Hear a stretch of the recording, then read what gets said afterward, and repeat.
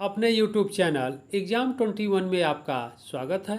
इस भाग में हम लोग समसामयिकी घटना चक्र से संबंधित महत्वपूर्ण प्रश्नों को देखेंगे जो आपके एग्ज़ाम के लिए, आपके आगामी एग्ज़ाम के लिए बहुत ही इम्पॉर्टेंट है।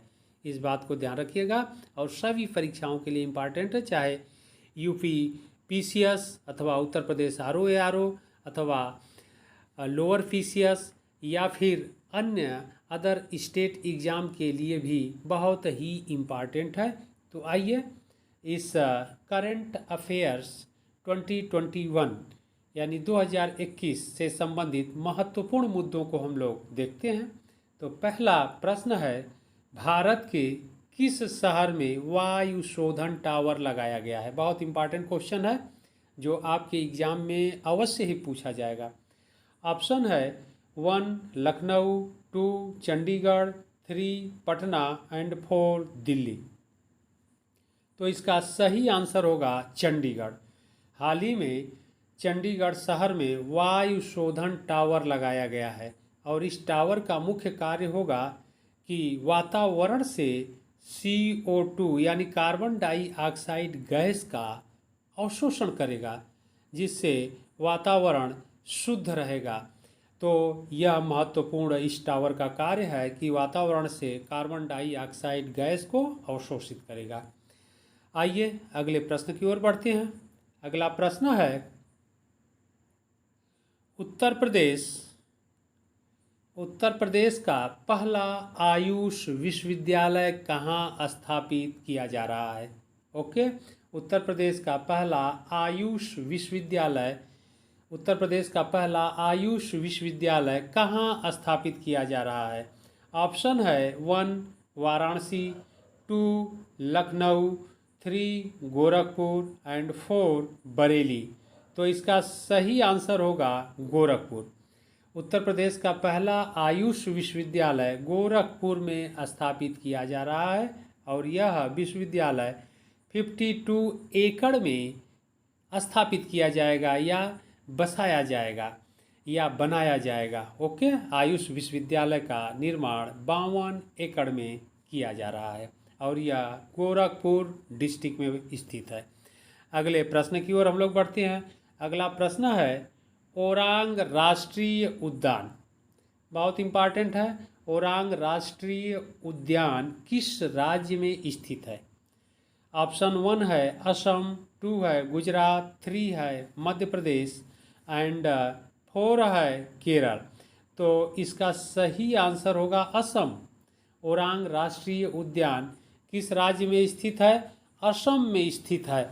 और ध्यान रखना है आप लोगों को कि इस ओरांग राष्ट्रीय उद्यान का नाम पहले पूर्व प्रधानमंत्री राजीव गांधी जी के नाम पर रखा गया था, यानी राजीव गांधी राष्ट्रीय उद्यान रखा गया था।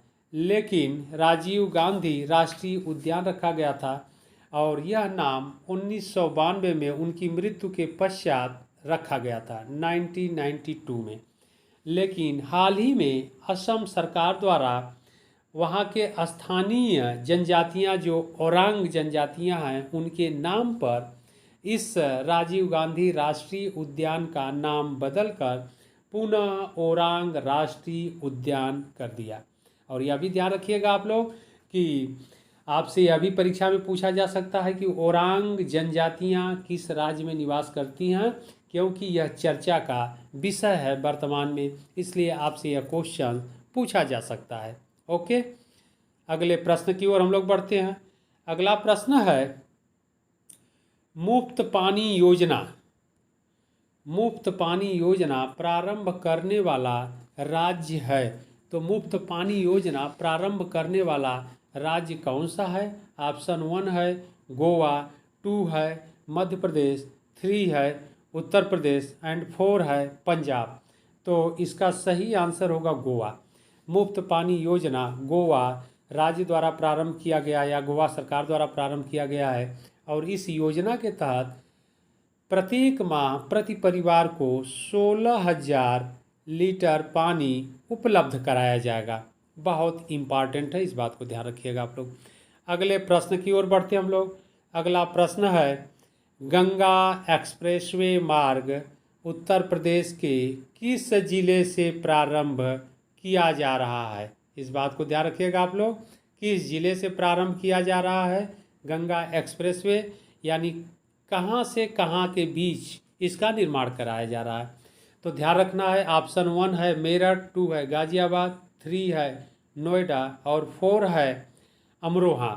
तो इस बात को ध्यान रखिएगा कि गंगा एक्सप्रेसवे मार्ग का निर्माण या गंगा एक्सप्रेसवे मार्ग मेरठ से, इसका सही आंसर होगा 1 मेरठ, मेरठ से प्रारंभ होकर के प्रयागराज, यह प्रयागराज तक इस गंगा एक्सप्रेसवे मार्ग का निर्माण किया जा रहा है। तो ध्यान रखिएगा कि किस जिले से प्रारंभ हो रहा है, मेरठ से, और किस जिले तक बनेगा, प्रयागराज तक। तो 2 क्वेश्चंस आपका बन रहा है, इस बात को ध्यान रखिएगा, बहुत इंपॉर्टेंट है कि गंगा एक्सप्रेसवे मार्ग उत्तर प्रदेश के मेरठ जिले से प्रयाग जिले के बीच में बनाया जा रहा है और इस गंगा एक्सप्रेसवे से कुल 12 जिले होकर के गुजरेंगे। ओके, बहुत इंपॉर्टेंट है। और इस गंगा एक्सप्रेसवे मार्ग पर जो मोटर गाड़ियां हैं 120 किलोमीटर प्रति घंटे के स्पीड से या चाल से चलेंगी, यानी समय का बहुत ही बचत होगा। इस बात को ध्यान रखिएगा आप लोग। अगले प्रश्न की ओर चलते हैं। और एक बात और ध्यान रखना है कि यह 6 लेन का सड़क बनाया जा रहा है, या यह मार्ग गंगा एक्सप्रेसवे मार्ग 6 लेन का होगा। तो यह भी आपके लिए इम्पॉर्टेंट है, 6 लेन का होगा, मेरठ से प्रयागराज के बीच में है और 120 किलोमीटर प्रति घंटे के स्पीड से इस पर गाड़ियां दौड़ेंगी या चलेंगी। ओके, अगले प्रश्न की ओर हम लोग बढ़ते हैं। अगला प्रश्न है, विपासना पार्क उत्तर प्रदेश के किस जिले में स्थापित किया जा रहा है? बहुत इंपॉर्टेंट है। विपासना पार्क उत्तर प्रदेश के किस जिले में स्थापित किया जा रहा है? ऑप्शन 1 है गोरखपुर, 2 है सिद्धार्थनगर, 3 है मथुरा एंड 4 है लखनऊ। तो इसका सही आंसर होगा सिद्धार्थनगर, क्योंकि महात्मा गौतम बुद्ध के जन्म स्थली यानी कपिल वस्तु लुम्बिनी ग्राम में हुआ था, लेकिन कपिल वस्तु में वह पढ़ता था, तो कपिल वस्तु में यह स्थापित किया जा रहा है यह पार्क। इसको आप लोग ध्यान रखिएगा कि यह पार्क कपिल वस्तु में स्थापित किया जा रहा है और कपिल वस्तु महात्मा गौतम बुद्ध से संबंधित है और इसी कपिल वस्तु के लुम्बिनी ग्राम में इनका जन्म हुआ था और फिर 29 वर्ष की अवस्था में 29 ईयर ओल्ड यानी 29 वर्ष की अवस्था में महात्मा गौतम बुद्ध गृह त्याग कर दिए और गया में उन्हें ज्ञान की प्राप्ति हुई थी। और ज्ञान की प्राप्ति जो किए थे, यह विपासना एक उपासना की विधि है। इस विधि के द्वारा ही उन्होंने ज्ञान प्राप्त किया था।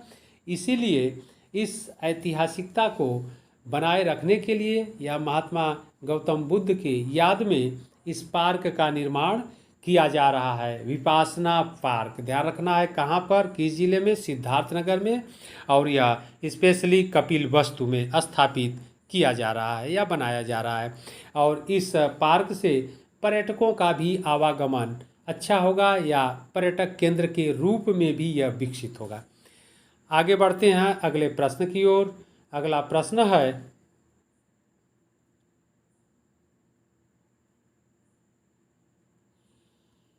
प्रश्न है, समुद्री तूफान यास से कौन राज्य प्रभावित हुआ था? तो ध्यान रखना है कि जो समुद्री तूफान यास था यह मई मंथ में आया था, मई 2021 में यह आया था। बहुत इंपॉर्टेंट है आपकी परीक्षाओं के लिए, मई 21 में आया था। और इसके बाद यह पूर्वी तटीय यानी भारत के पूर्ववर्तीय क्षेत्रों में या पूर्ववर्ती क्षेत्रों के राज्यों को प्रभावित किया था। इस प्रकार इसमें जो आंसर सही होगा उड़ीसा। इस बात को ध्यान रखिएगा, उड़ीसा इस यास तूफान से काफ़ी ही जो हानि पहुंची वह उड़ीसा राज्य को, या यास तूफान ने उड़ीसा राज्य को काफ़ी हानि पहुंचाया। जबकि गोवा पश्चिमी तट पर है, केरल पश्चिमी तट पर है और गुजरात भी पश्चिमी तट पर स्थित है। इस प्रकार इसका सही आंसर होगा 1 उड़ीसा। अगले प्रश्न की ओर हम लोग बढ़ते हैं। अगला प्रश्न है मुख्यमंत्री आशीर्वाद योजना। तो मुख्यमंत्री आशीर्वाद योजना का प्रारंभ किया गया। तो मुख्यमंत्री आशीर्वाद योजना का प्रारंभ किस राज्य द्वारा किया गया? ऑप्शन 1 है मध्य प्रदेश, 2 है बिहार, 3 है उत्तर प्रदेश, 4 है गुजरात। तो इसका सही आंसर होगा मध्य प्रदेश। मध्य प्रदेश द्वारा मुख्यमंत्री आशीर्वाद योजना प्रारंभ किया गया। अगले प्रश्न की ओर हम लोग बढ़ते हैं। अगला प्रश्न है भारत के पहले भूतापीय क्षेत्र विकास परियोजना की स्थापना कहाँ की जाएगी? ओके, भारत के पहले भूतापीय क्षेत्र विकास परियोजना की स्थापना कहाँ की जाएगी? ऑप्शन 1 है लेह, 2 है भोपाल, 3 है गंगटोक और 4 है कटक। तो इसका सही आंसर होगा लेह। लेह में स्थापित किया जा रहा है, इस बात को ध्यान रखिएगा। अगले प्रश्न की ओर हम लोग बढ़ते हैं। अगला प्रश्न है विश्व के पहले ऊर्जा द्वीप के निर्माण किस देश द्वारा किया जा रहा है? किस देश द्वारा किया जा रहा है या किया जाएगा? ओके, विश्व के पहले ऊर्जा द्वीप के निर्माण किस देश द्वारा किया जाएगा? तो इसका सही आंसर होगा ऑप्शन 1 है डेनमार्क, 2 है जापान, 3 है फ्रांस एंड 4 है इटली। तो सही आंसर होगा डेनमार्क। डेनमार्क द्वारा ऊर्जा द्वीप यानी फर्स्ट ऊर्जा द्वीप का निर्माण कराया जाएगा या कराया जा रहा है। अगले प्रश्न की ओर हम लोग बढ़ते हैं।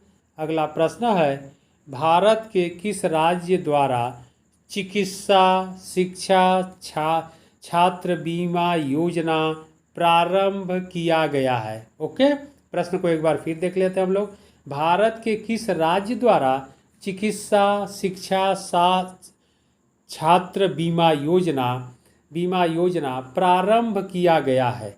ओके, ऑप्शन है 1 मध्य प्रदेश, 2 गुजरात, 3 बिहार एंड 4 उत्तर प्रदेश। तो इसका सही आंसर होगा मध्य प्रदेश। ओके, मध्य प्रदेश सरकार द्वारा देश की पहली भारत के किस राज्य द्वारा चिकित्सा शिक्षा छात्र बीमा योजना प्रारंभ किया गया है? तो यह मध्य प्रदेश सरकार द्वारा। ओके, आगे हम लोग बढ़ते हैं। अगला प्रश्न है किस राज्य ने ई कैबिनेट प्रणाली लागू किया है? तो किस राज्य ने ई कैबिनेट प्रणाली लागू किया है? ऑप्शन है 1 केरल, 2 हिमाचल प्रदेश, 3 पंजाब एंड 4 तमिलनाडु। इसका सही आंसर होगा 2 हिमाचल प्रदेश। हिमाचल प्रदेश राज्य द्वारा ई कैबिनेट प्रणाली लागू किया गया है। ओके, अगले प्रश्न की ओर हम लोग बढ़ते हैं। अगला प्रश्न है संयुक्त राष्ट्र विश्व पर्यटन संगठन ने भारत के किस गांव को सर्वश्रेष्ठ पर्यटन का पुरस्कार देने के लिए नामित किया है? ओके, बहुत इम्पॉर्टेंट है। संयुक्त राष्ट्र विश्व पर्यटन संगठन द्वारा भारत के किस गांव को, ठीक है, पुरस्कार देने के लिए नामित किया है? किस गांव को सर्वश्रेष्ठ पर्यटन का पुरस्कार देने के लिए नामित किया गया है? बहुत इम्पॉर्टेंट है, आप लोग ध्यान रखिएगा। और ऑप्शन को हम लोग देख लेते हैं। 1 है पोचमपल्ली, 2 है शेखपुर, 3 है कौशलपुर और 4 है धौलपुर। इसका सही आंसर होगा पोचमपल्ली गांव को, ओके, सर्वश्रेष्ठ पर्यटन पुरस्कार दिया जाएगा। अगले प्रश्न की ओर हम लोग बढ़ते हैं। अगला प्रश्न है भारत के किस शहर में 107 भाषाएं बोली जाती हैं? तो ऑप्शन है 1 दिल्ली, 2 बंगलौर, 3 हैदराबाद, 4 चेन्नई। तो इसका सही आंसर होगा 2 बंगलौर। बंगलौर शहर में कुल 107 भाषाएं बोली जाती है, यानी भारत का यह पहला शहर है जहां पर 107 भाषाएं बोली जाती है, अथवा पहला डिस्ट्रिक्ट भी है। ओके, अगले प्रश्न की ओर हम लोग बढ़ते हैं। अगला प्रश्न है, अंतर्राष्ट्रीय खाद्य मेला कहाँ आयोजित किया जाएगा? बहुत इंपॉर्टेंट प्रश्न है। नंबर 1 है दिल्ली, 2 है वाराणसी, 3 है हैदराबाद एंड 4 है मुंबई। तो इसका सही आंसर होगा वाराणसी। अंतर्राष्ट्रीय खाद्य मेला कहाँ पर आयोजित किया जाएगा? वाराणसी में। बहुत इंपॉर्टेंट क्वेश्चन थे, इस बात को ध्यान रखिएगा। फिर आप लोग इन प्रश्नों को अच्छे से देखिएगा। फिर हम लोग अगले भाग में इन क्वेश्चनों के साथ, करंट अफेयर्स के क्वेश्चंस के साथ फिर मिलते हैं। तब तक के लिए धन्यवाद।